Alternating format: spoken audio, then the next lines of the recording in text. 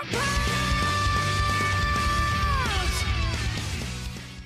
right, we're here to talk about monsterization in One Punch Man. Yes. So there are lots of different ways to become a monster in One Punch Man. Ways, yeah. And let's just go ahead and kick it off. We're going to go through all the ways, and we'll do lots of examples, kind of explain them. So I'll jump into it. So the first thing I'm going to talk about is humans can turn into monsters through obsessions. So we see lots of examples of this, such as Crablant was obsessed with eating crabs. He ends up turning into a crab monster. Mm-hmm. And the obsessions doesn't just stop at eating or consuming. It could, be a range of things. Right. Like, say you like cosplay. You are obsessed with cosplay. You want to be a freaking panda bear for some reason. You're probably going to get morphed into a panda monster. Mm-hmm. I think I know who you're talking about. You may know who I'm talking about. I think you're talking about Phoenix Man. Definitely Phoenix Man. A guy obsessed with being a bird. He's almost like Big Bird. Hey, man. Whatever pays the bills. Yeah. So something about these obsession transformations that you should note is that whenever the monsterization is through obsession, the monster seems to take on the traits of that obsession. Right. Such as the obsession with eating crab turned you into a crab monster. Obsession with the bird costume turned you into a bird monster. But even along and getting a little bit deeper into that is not only did it turn Phoenix Man into a bird monster, but he received the powers of a phoenix. Right. Because that was on the TV show, his character would die in each of the episodes and then come back. And so his monsterization carried that trait with it, that when he was defeated, he would come back. Very cool. There was a very low possibility of that happening. Brady monster. Yeah, he got very lucky with that power. That's an awesome power. Yeah, very lucky. Yeah, and it led to some awesome fights. It's a good thing he didn't choose a female tarantula. Be a tarantula monster. Yeah. Oh, wait, aren't they the ones that don't they eat their husbands? Oh, right, a male tarantula. Yeah, you don't want to be the one that gets eaten. Exactly. Okay. All right, so that's about it for obsession. I mean, there's lots of examples we could talk about, but let's move on to another way to become a monster. That's eating the cells. Yeah, we're going to talk about monster cells. Monster cells. So eating a monster cell instantly turns you into a powerful monster, more powerful than you ever could have been as a human. Mm-hmm. But there is a problem with the monster cells. Yeah, there's like a huge asterisk next to this monster cell that you're going to eat. Like, right. Warning.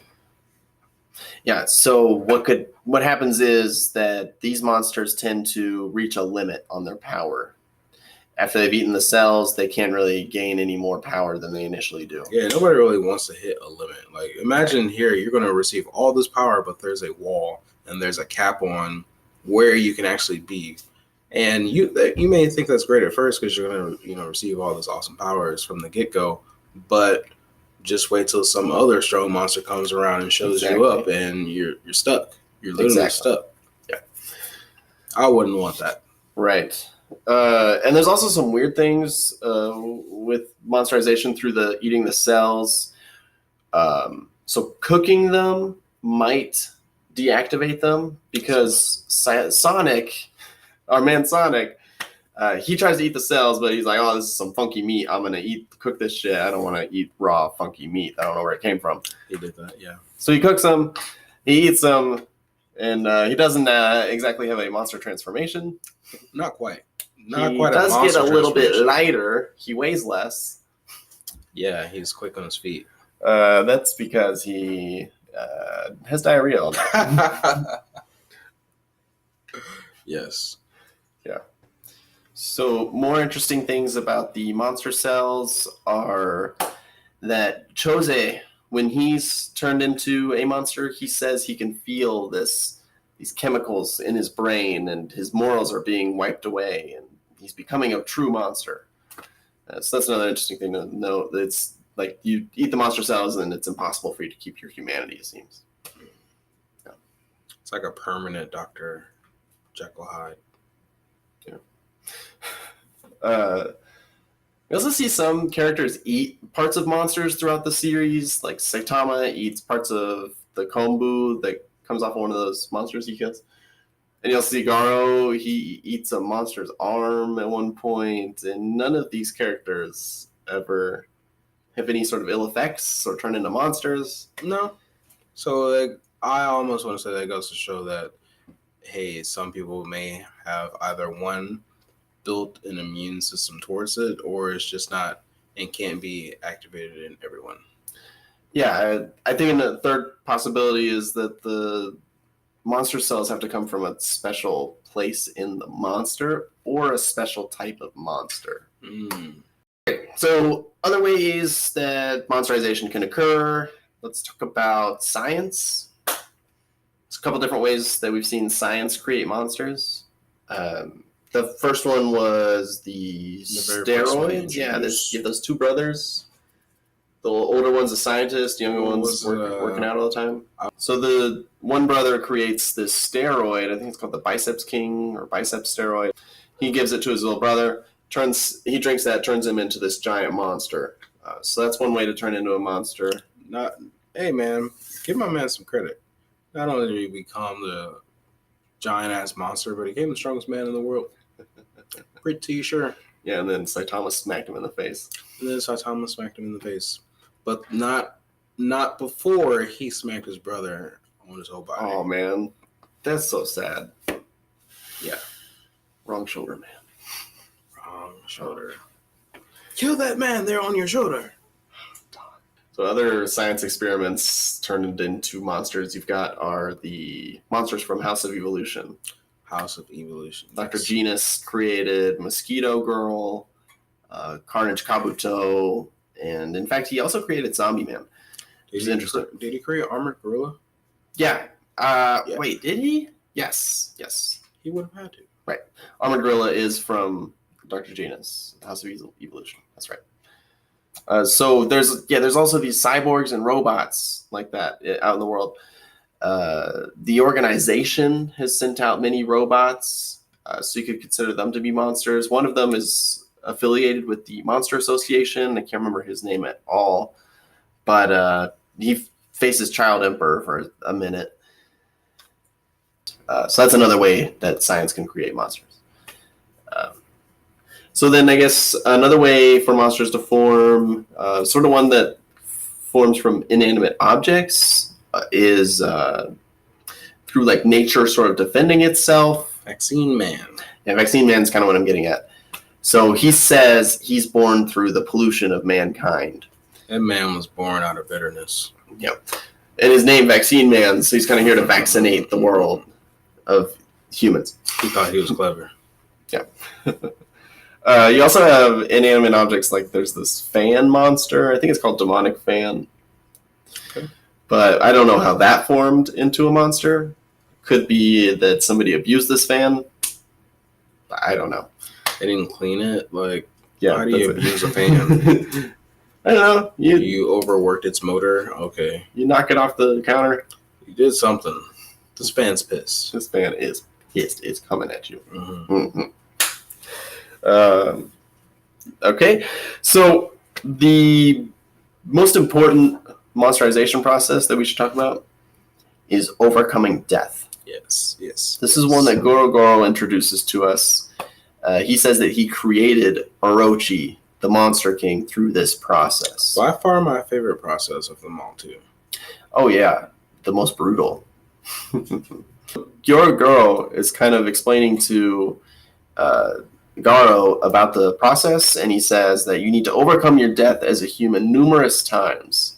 This is going to be very taxing and straining on your body, your heart, your mind. And so most people can't do it. He's experimented. A lot of people, well, he actually goes on to say that a lot is, you can say that, but it's so many monsters and so many humans that he's tested that he's really lost count. So, right. He's done so many experiments on these monsters, trying everything he can. And in fact, trying this in process, overcoming death numerous times. And the thing that tends to happen is monsters end up losing their mind and turning into typical mindless monsters. Yeah. So he's hoping Basic, Garo will be yes. different. But we'll have to see. We'll have to wait and see. Yeah. So pretty much what he would be, you could say, recommending or trying to teach Garo to go through would be, you could say, a living hell that he's capable of withstanding. Yes. This is what he says will lead to explosive growth. Yeah. The most potential that you can reach as a monster. Wouldn't you say that Garo makes other people's lives a living hell, though? By the way, he fucks them up all the time. It makes the heroes' lives a living hell. Yeah. So yeah, it'll be interesting to see him go through his own personal experience of that. All right. So finally, we just want to mention there is one weird instance of a monster. This monster, Spiderino. He is half human, half spider, sort of like a centaur. You can say that. Except he has the entirety of a spider on the bottom part that he even has a spider head and everything. So he claims he turned into this monster when a spider crawled into his ear while he was sleeping. Yeah. Spiders anywhere. Dangerous world, dangerous universe, One Punch Man. Gosh, you really gotta sleep with earplugs or something. Another weird one is the parasite monster that infects one of the the Hero Association workers, and he comes in on their employees and is talking to them through Goro.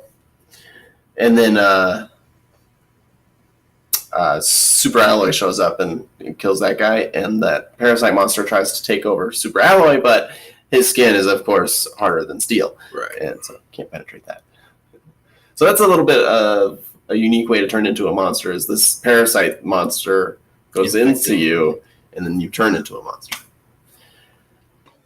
All right, well, definitely, guys, we want to thank you for watching our video. Make sure you like, subscribe, share. So something that we forgot to include when recording our video were the naturally born monsters. And these include monsters such as Boros and his crew of aliens. They're naturally born just as aliens, so they appear as monsters to us, but maybe not on their home planets. Also, naturally born monsters are the sea folk, such as Deep Sea King. Also, the Subterraneans are another similar example to the sea folk. And finally, we see the monster Pureblood is a member of the Monster Association, and he claims that he is bred from a long line of other vampires. So he's a naturally born monster. And I think this concludes all the ways of becoming a monster.